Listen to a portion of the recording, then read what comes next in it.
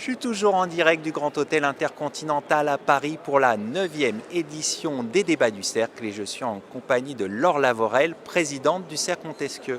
Laure Lavorel, bonjour. Bonjour Arnaud. Alors les Débats du Cercle, cette 9e édition, c'est l'événement de la rentrée. Quel est votre sentiment sur cette édition ? Écoutez, oui, c'est l'événement, le grand événement de la rentrée dans le Grand Hôtel. Et c'est formidable parce que nous avons 1000 inscrits sur la journée. La matinée est consacrée à nos membres et l'après-midi, nous avons des plénières et nous accueillons le monde de l'entreprise parce que les directeurs juridiques sont les praticiens de l'entreprise. Et cette année, au programme, nous avons tous les sujets qui nous ont impactés, qui ont fait travailler les directions juridiques, que ce soit des questions de droit social qui arrivaient peu chez nous, mais que la pandémie a mis à jour sur nos tables, sur la table du directeur juridique. Également, bien entendu, les problèmes liés à la numérisation accélérée des entreprises, le télétravail, et puis les questions de fond sur le droit de la concurrence, mais aussi la géopolitique et la difficulté que peut poser les GAFAM. Enfin, tous ces sujets qui sont, je pense, les préoccupations des directeurs juridiques d'aujourd'hui. Alors, le Cercle Montesquieu a beaucoup de projets dans les tuyaux. Peut-être c'est le moment de dévoiler quelles vont être vos priorités pour le semestre à venir, pour les semaines à venir. Alors oui, il y a toujours beaucoup de projets. Je pense qu'au-delà des projets, il y a une vision au Cercle qui est celle de la transformation accélérée de l'économie. J'oublie même l'aspect Covid.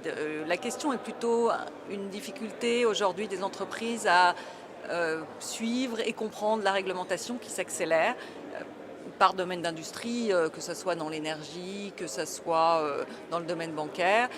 Il est urgent que les directions juridiques accompagnent et convainquent les entreprises que le droit est une arme stratégique de conquête des marchés. Et dans cette perspective-là, oui, nous avons des projets de créer probablement une commission qui soit plus orientée sur le développement durable ou sur la transition écologique, comme on peut le dire tout simplement. Et un autre projet qui est plutôt un projet sociétal, qui est de donner plus de visibilité à notre projet sur le handicap, que nous nommons Mission Accessibilité. Nous souhaitons que les juristes atteints de handicap soient reconnus pour leurs compétences et intégrés dans les directions juridiques.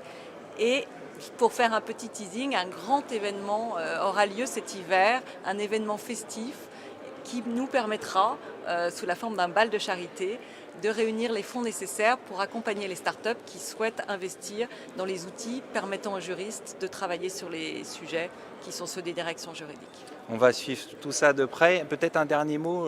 2022, c'est aussi une actualité politique avec la présidentielle. Est-ce que les directions juridiques veulent peser, essayer de peser dans le débat politique et faire pousser des sujets comme l'avocat en entreprise dont on parle depuis de nombreuses années et d'autres sujets ? Alors absolument Arnaud, merci de me poser la question. Nous travaillons actuellement sur 10 recommandations aux candidats qui évidemment seront distribuées à l'intégralité des candidats à la présidentielle, car nous pensons que les directeurs juridiques sont des relais d'opinion, mais peuvent aussi, j'allais dire, inspirer les programmes et nous souhaitons absolument peser dans le débat. Laure Lavorel, merci et bon débat du Cercle. Merci Arnaud.